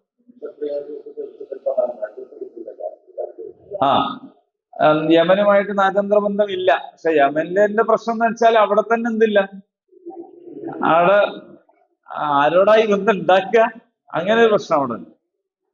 ഞാൻ അവിടെ വ്യവസ്ഥാപിതമായ സർക്കാരല്ല, അവിടെ അങ്ങനെയുള്ള ഒരു കഥയാണ്. അപ്പോ നബി സല്ലല്ലാഹു അലൈഹി വസല്ലം സ്ഥാപിച്ച മദീനയിലെ ഇസ്ലാമിക ഗവൺമെന്റുമായിട്ട് ബന്ധം സ്ഥാപിക്കാൻ ആളുകൾ ആവേശപ്പെട്ട് വരുന്ന ഒരു സാഹചര്യമാണ് അവസാന കാലത്തേക്ക് ഉണ്ടായത്. അങ്ങനെ നജ്റാനിൽ നിന്ന് ക്രൈസ്തവർ വരുമ്പോൾ അവരുടെ അമീറുണ്ട്, അവിടുത്തെ ഭരണാധികാരിയുണ്ട്, അവരുടെ നേതാക്കന്മാരുണ്ട്, എല്ലാവരും കൂടിയിട്ടാണ് വന്നത്. നിങ്ങൾ കേട്ടിട്ടുണ്ടാവും പ്രസിദ്ധമായ ആ സംഭവം. മദീനയിൽ മസ്ജിദ് നബവിയിൽ വെച്ച് നബിക്ക് ഒരു ഓഫീസുള്ളൂ. നബിന്റെ ഓഫീസ് മദീനയാണെങ്കിലും മസ്ജിദ് നബവിയാണ്. കോടതിയും പാർലമെന്റും ഒക്കെ അവിടെ തന്നെയാണ്. വീടും അതിനോട് ചേർന്നിട്ടാണ്. എല്ലാ ചർച്ചകളും അവിടെ വെച്ചാണ് നടക്കുക. അങ്ങനെ അപ്പൊ ഇവരുമായിട്ട് സംസാരിച്ചുകൊണ്ടിരിക്കുമ്പോൾ അവർക്ക് പ്രാർത്ഥനയ്ക്ക് നേരമായപ്പോ നബി സല്ലല്ലാഹു അലൈഹി വസല്ലം അവരോട് പറഞ്ഞു എന്നാണ്, നിങ്ങൾ ഇവിടുന്ന് പ്രാർത്ഥിച്ചോളി എന്ന് പറഞ്ഞു. അപ്പൊ അതൊക്കെ ഇസ്ലാമിന്റെ ഒരു വല്ലാത്ത വിശാലമായ സംഗതികളായിട്ട് എടുത്തു പറയാറുണ്ട്. കാരണം ഇസ്ലാം മേലെ നിൽക്കുമ്പോഴാണ് പറയുന്നതല്ല. ഇസ്ലാം മറ്റവരുടെ മുമ്പിൽ താഴ്ന്നു നിൽക്കുന്ന സമയത്തല്ല അത് പറയുന്നത്. അങ്ങനെയാണെങ്കിൽ വേറെ രക്ഷയില്ലായിട്ട് പറഞ്ഞാന്ന് വിചാരിക്കാം. ഇതല്ല. ഇത് നബി മേലെ നിൽക്കുമ്പോൾ, നബിയുടെ താഴെ മറ്റുള്ളവർ വന്ന് നിൽക്കുമ്പോഴാണ് നബി എന്ത് ചെയ്യുന്നത്? ഈ വിശാലത കാണിക്കുന്നത്. ആ സംഭവമൊക്കെ അറിയാം. അപ്പോ ഇവര് വന്നത് എന്തിനാണ്? ഇവർക്ക് വലിയ പ്രതീക്ഷ ഉണ്ടായിരുന്നു. അവരെ സംബന്ധിച്ച് മുഹമ്മദ് നബി നബിയാന്ന് അംഗീകരിക്കണില്ല. ഒരേ അറബികളുടെ കൂട്ടത്തില് ഒരാള് എന്നിട്ട് പിന്നെ കുറെ കാര്യങ്ങളൊക്കെ ഇങ്ങനെ പറയുന്നു. ഒരു കുറെ സംഗതിയൊക്കെ ഇങ്ങനെ ആവുന്നു. സംസാരിച്ചു നോക്കാം, ചിലപ്പോ നമ്മള് കൂടുതൽ കിട്ടിയാലോ. കിട്ടുകയാണ്, വലിയ കിട്ടലാണ്. ഒരു രാജ്യം മൊത്തം കിട്ടും പോലും പ്രതീക്ഷിച്ചു വരുന്നത് അതാണ്. നമ്മൾ തന്നെ അങ്ങ് മാറ്റാന്നുള്ളത്. നബി സല്ലല്ലാഹു അലൈഹി വസല്ലമിന്റെ അടുത്തേക്ക് ഇനി അഥവാ മാറിയില്ലെങ്കിൽ നമ്മളുമായിട്ട് നല്ലൊരു ബന്ധം ഉണ്ടാക്കിയാല് ആ നിലക്കും നമുക്ക് എന്ത് ചെയ്യാം, ഒരുപാട് മെച്ചങ്ങൾ ഉണ്ടാവും. അങ്ങനെ വലിയ മെച്ചങ്ങൾ പ്രതീക്ഷിച്ചുകൊണ്ടാണ് അവർ വരുന്നത്. അപ്പൊ നബി സല്ലല്ലാഹു അലൈഹി വസല്ലം അവരുമായിട്ട് സംസാരിക്കുന്നുണ്ട്. അപ്പൊ അവരുടെ വിശ്വാസം അള്ളാഹു മൂന്നിലൊരുവനാണെന്നാണ്, അല്ലെ? പിതാവ്, പുത്രൻ, പരിശുദ്ധാത്മാവ്. അപ്പോ ഇതിൽ ഒന്നാണ് അള്ളാഹു. അപ്പൊ ഇവരോടുള്ള സംസാരം നടക്കുന്ന പശ്ചാത്തലത്തിലാണ് ഈ ആയത്തിനെ നമ്മൾ മനസ്സിലാക്കേണ്ടത്. അല്ലാഹു ലാ ഇലാഹ ഇല്ലാ ഹുവ, അവനല്ലാത്ത ഒരു ഇലാഹും ഇല്ല. അൽ ഹയ്യുൽ ഖയ്യൂം, അവൻ എന്നെന്നും ജീവിച്ചിരിക്കുന്നവനാണ്. നിങ്ങളല്ലേ പറഞ്ഞത് ഈസാനെ കുരിശിൽ തറച്ചു, അല്ലെ? യേശുവിനെ കുരിശിൽ തറച്ചു. കുരിശിലേറ്റപ്പെടുമ്പോൾ യേശു കർത്താവേ നീ എന്നെ കൈവിട്ടതെന്ത് എന്ന് വിലപിച്ചു എന്ന്. അപ്പോൾ അങ്ങനെ വിലപിക്കുന്നവനാണോ ദൈവം? അങ്ങനെ ക്രൂശിക്കപ്പെടുന്നവനാണോ ദൈവം? ക്രൂശിക്കപ്പെടുമ്പോൾ ജീവൻ നഷ്ടപ്പെടുന്നവരാണോ ദൈവം? അൽ ഹയ്യാണ് ദൈവം.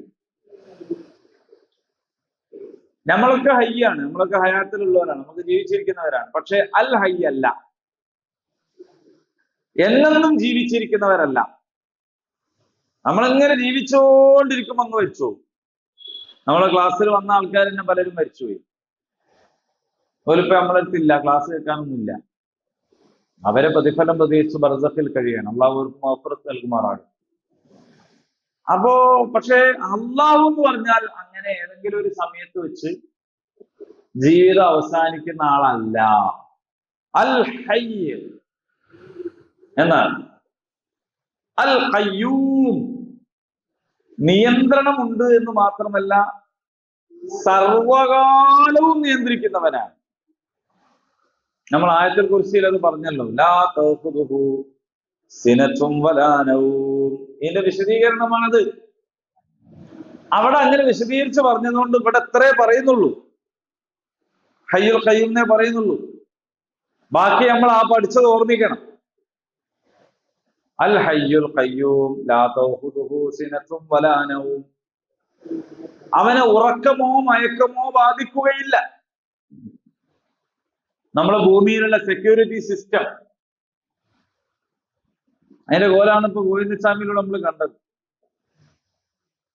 ഒരു കൈയില്ലാത്തവൻ, നമ്മൾ ഈ അമലിനെ കുറിച്ച് പറയല്ലോ, അമലുകൾ ചെയ്യുമ്പോ നമ്മൾ പറയും കണ്ടില്ലേ, കാലും കൂടില്ലായിട്ട് ഓൻ ഇങ്ങനെ ഇത്രയും ചെയ്യുന്നത് കണ്ടില്ലേ, നിസ്കരിക്കണേ കണ്ടില്ലേ.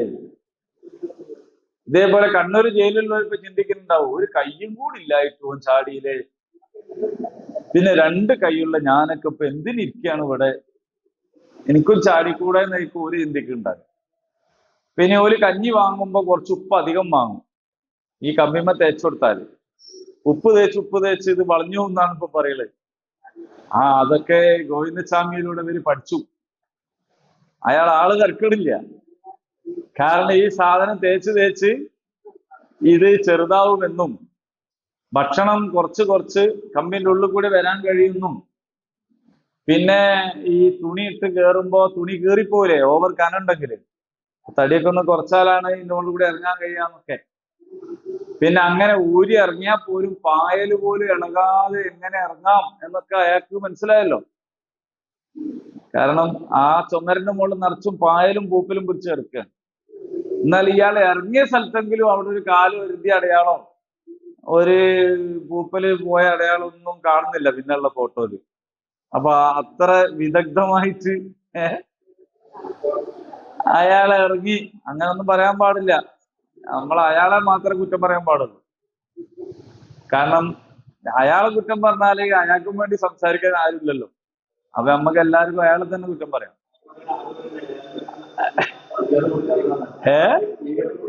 അതെ, അതോടെ മാഷ് പറഞ്ഞത് ഗോവിന്ദസ്വാമിക്ക് ഒരു സ്വീകരണം കൊടുക്കണം. അപ്പൊ നമ്മളെ വിഷയത്തിലേക്ക് വരും. അപ്പൊ സെക്യൂരിറ്റി സിസ്റ്റത്തിന്റെ പ്രശ്നം, എത്ര വലിയ കാവൽക്കാരനാണെങ്കിലും അയാൾ മയങ്ങിപ്പോകും, അയാൾ ഉറങ്ങിപ്പോകും, അയാൾക്ക് വിശ്രമം വേണ്ടി വരും. ഇനി CCTV ക്യാമറയും സംവിധാനം എല്ലാം ഉണ്ടെങ്കിലും ചിലപ്പോ അത് എററാവും, ചിലപ്പോ ചിലത് പതിയൂല. അള്ളാഹു അൽ ഖയ്യൂമാണ്, നിയന്ത്രിച്ചുകൊണ്ടിരിക്കുന്നവനാണ്. ലാ തഖുദുഹു സിനത്തും വലാ നൗം. അള്ളാഹുവിന് ഉറക്കവുമില്ല മയക്കവുമില്ല. ഞാൻ ഉറക്കവും മയക്കവും തമ്മിൽ വ്യത്യാസം മുമ്പ് പറഞ്ഞു തന്നിരുന്നു. ഉറക്കം നമ്മൾ രാത്രി ഉറങ്ങുന്നത്, മയക്കം ഇപ്പൊ ക്ലാസ്സിലിരുന്ന് ഉറങ്ങുന്നത്, അത് ഞാൻ പറഞ്ഞിരുന്നു. എന്ന് പറഞ്ഞാൽ ഉറങ്ങണമെന്ന് വിചാരമില്ലാതെ അങ്ങനെ പോയി പോണേനാണ് എന്ത് പറയാ, മയക്കം എന്ന് പറയാം. ചിലര് വണ്ടി ഓടിക്കുമ്പോഴൊക്കെയാണ് മയങ്ങ, അതിന്റെ തീരുമാനം പിന്നെ വേഗം ആയി കിട്ടുകയും ചെയ്യും. ഉറങ്ങാന്ന് പറഞ്ഞാൽ എന്താണ്, കരുതി കൂട്ടി പോയി ഉറങ്ങും. മയങ്ങാന്ന് പറഞ്ഞാൽ അങ്ങനെ ഉറങ്ങണമെന്നുള്ള വിചാരമൊന്നും ഇല്ലാതെ എന്ത് ചെയ്യുക, അങ്ങനെ മയങ്ങിപ്പോവുക. പലപ്പോഴും മയങ്ങുന്ന ആളുകൾ സമ്മതിക്കൂല, ഞാൻ മയങ്ങിയിട്ടുണ്ട് എന്ന് സമ്മതിക്കൂല. ഓല് ക്ലാസ്സിലൊക്കെ ഇരുന്ന് മയങ്ങിയാലും ഓല് തൊട്ടടുത്ത ആള് ഉണർത്തിയാല് ഓല് അതിനെ പിടിച്ച് കുലിക്കത് എന്ന സ്വഭാവത്തിലാണ് നോക്കുക. അല്ലാതെ ഞാൻ മയങ്ങിപ്പോയി എന്നെ വിളിച്ചോണത്തേന് താങ്ക് യു എന്ന നിലക്കല്ല നോക്കുക. അതിനെ പിടിച്ച് കുലിക്കത് ഞാനിത് ശ്രദ്ധാപൂർവം കേട്ടിരിക്കുകയാണല്ലോ എന്നതൊക്കെ ചിന്തിക്കാണല്ലോ എന്നൊക്കെയാണ് പറയാം. അപ്പൊ ഇത് രണ്ടും പടച്ചറബനെ സംബന്ധിച്ചില്ല. അപ്പൊ ഒരു വിശ്രമം ഉണ്ടാവേണ്ട, മയക്കമുണ്ടാകേണ്ട ഒരു കാര്യവും ഇല്ല. അപ്പോൾ അള്ളാഹു അൽ ഖയ്യൂമാണ്. എല്ലാ നേരത്തും നിയന്ത്രണം ആരുടെ കയ്യിലാണ്? അള്ളാഹുവിന്റെ കയ്യിലാണ്. ഇത് നമുക്ക് നൽകുന്ന ആശ്വാസത്തിനും അതിരില്ല. കാറ്റടിക്കുമ്പോൾ നമ്മൾ ബേജാറാവും, സത്യത്തിൽ തന്നെ ബേജാറാവുമല്ലോ, വെറുതെ അല്ല, ശരിക്കും തന്നെ ബേജാറാവും. പക്ഷെ ഒരളവിലപ്പുറം ബേജാറാണ്ടില്ല. എന്താ കാരണം? ഇതൊന്നും പഠിച്ചോനറിയായിട്ട് നടക്കല്ല. ഇതിന്റെ കൺട്രോളൊക്കെ ആരുടെ അടുത്താണ്? അള്ളാഹിന്റെ അടുത്താണ്. ഇടിവെട്ടുമ്പോ മിന്നറിയുമ്പോ നമ്മൾ ബേജാറാവും, സ്വാഭാവികം. മനുഷ്യൻ എന്നുള്ളവർക്ക് നമുക്കൊക്കെ ബേജാറാവും. പക്ഷെ ഒരു കണക്കിലധികം ബേജാറാണ്ട. കാരണം എന്താ? അൽ ഖയ്യൂമായിട്ട് ആരുണ്ട്? അള്ളാഹു ഉണ്ട്. അള്ളാഹു അറിയാതെ ഒരു മിന്നലങ്ങ് ഉണ്ടായി പോണില്ല. അള്ളാഹു അറിയാതെ ഒരു ഉരുൾപൊട്ടൽ സംഭവിക്കുന്നില്ല. അള്ളാഹു അറിയാതെ ഒരു ഇല പോലും അനങ്ങുന്നില്ല, ഒരു കാറ്റും വീശുന്നില്ല. എങ്കിൽ പിന്നെ നമ്മളൊരു പരിധിയിലപ്പുറം എന്താവേണ്ടിയില്ല. മനുഷ്യ സഹജമായിട്ട് നമുക്ക് പെട്ടെന്ന് ഞെട്ടിപ്പോവുക ചെയ്യും, ഓക്കെ. പക്ഷെ അതിനപ്പുറത്തേക്ക് പോകേണ്ടതില്ല. കാരണം നമ്മളൊന്നും അൽ ഹയ്യല്ല, എല്ലാ കാലത്തും ഇവിടെ ജീവിച്ചിരിക്കുന്നവരല്ല. ഏതെങ്കിലും ഒരു കാരണത്താൽ നമ്മൾ ഇവിടെ നിന്ന് പോകേണ്ടവരാണ്. അതോടൊപ്പം എല്ലാറ്റിന്റെയും നിയന്ത്രണം അള്ളാഹുവിന്റെ കയ്യിലാണ്. അതുകൊണ്ട് അല്ലാഹു ലാ ഇലാഹ ഇല്ലാ ഹുവൽ ഹയ്യുൽ ഖയ്യൂം. അള്ളാഹു ക്രൂശിക്കപ്പെടുകയില്ല, അള്ളാഹു മരിച്ചു പോവൂല, അള്ളാഹു ജനിക്കൂല, അള്ളാഹിനെ ആരും പ്രസവിക്കൂല, അള്ളാഹു ഏകനാണ്. മനസ്സിലായില്ലേ? അള്ളാഹിനെ പ്രസവിക്കുന്നാണുള്ളവര് പറയണേ.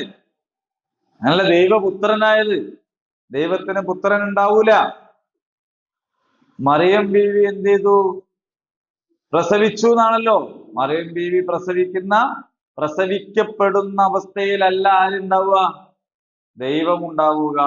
ഇപ്പൊ ഇവരോടുള്ള സംസാരം തുടങ്ങുകയാണ്. ഇനി ഇവിടുന്ന് അങ്ങോട്ട് ധാരാളക്കണക്കിന് ന്യായങ്ങൾ, വിഷയങ്ങൾ, സംഭവങ്ങൾ ആലു ഇമ്രാനിൽ നമുക്ക് അള്ളാഹു പഠിപ്പിച്ചു തരുന്നുണ്ട്. അതിന്റെ തുടക്കമാണ്, അതിന്റെ ഒരു തലക്കെട്ടാണ്, അതിന്റെ ഒരു അടിസ്ഥാനം പറയാണ്. അള്ളാഹു എന്താണ്? ഏകനായ ഇലാഹാണ്.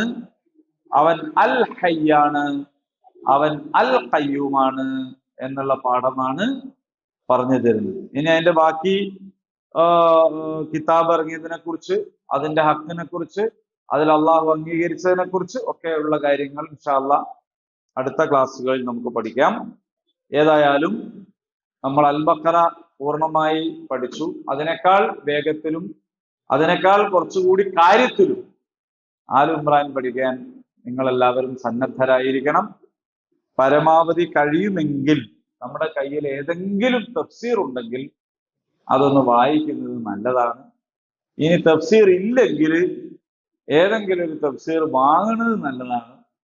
അമാനി മൗലവിയുടെ തഫ്സീറോ തഫീമുൽ ഖുർആനോ അല്ലെങ്കിൽ ഖുർആൻ ബോധനമോ അല്ലെങ്കിൽ ഫീ ദിലാലുൽ ഖുർആനോ ലൈബ്രറിയിലുണ്ട്, പള്ളിയിൽ നിന്ന് വേണേൽ എടുക്കാം, മൊബൈലിലുണ്ട്, അങ്ങനെ ചെയ്യാം. ഇനി മൊബൈൽ വായനയെക്കാട്ടിലൊക്കെ ഒരു പുസ്തകം വായിക്കുന്നതിന്റെ ഒരു ടച്ചിങ് ആഗ്രഹിക്കുന്നവരുണ്ടെങ്കിൽ അങ്ങനെ വാങ്ങി വായിക്കാം. എന്തായാലും നമ്മുടെ ക്ലാസ്സിന്റെ കൂടെ ഒരു വായന സപ്പോർട്ടും കൂടി നിങ്ങളുടെ അടുത്ത് നിന്നുണ്ടെങ്കിൽ ഇൻഷാ അല്ലാഹ് ഇത് കൂടുതൽ പ്രയോജനകരമാം വിധം നമുക്ക് മുന്നോട്ട് കൊണ്ടുപോകാൻ കഴിയും. അല്ലാഹു സുബ്ഹാനഹു തആല ഉപകാരപ്രദമായ വിജ്ഞാനത്തെ നമുക്ക് വർദ്ധിപ്പിച്ചു തരുമാറാകട്ടെ. റഹ്മാനായ റബ്ബേ, ഉപകാരമില്ലാത്ത അറിവിൽ നിന്ന്, ശമനമില്ലാത്ത രോഗങ്ങളിൽ നിന്ന്, വീട്ടിൽ തീർക്കാൻ കഴിയാത്ത കടബാധ്യതകളിൽ നിന്ന്, മരണസമയത്തെയും ഖബറിലെയും പരലോകത്ത് നരകത്തിന്റെയും അദാബുകളിൽ നിന്ന് ഞങ്ങളെയും ഞങ്ങൾക്ക് പ്രിയപ്പെട്ട എല്ലാവരെയും കാത്തുരക്ഷിക്കണമേ റഹ്മാനെ. اللهم ربنا تقبل منا إنك أنت السميع العليم وتب علينا إنك أنت التواب الرحيم. ربنا آتنا في الدنيا حسنة وفي الآخرة حسنة وقنا عذاب النار. آمين. الحمد لله رب العالمين. السلام عليكم ورحمة الله وبركاته.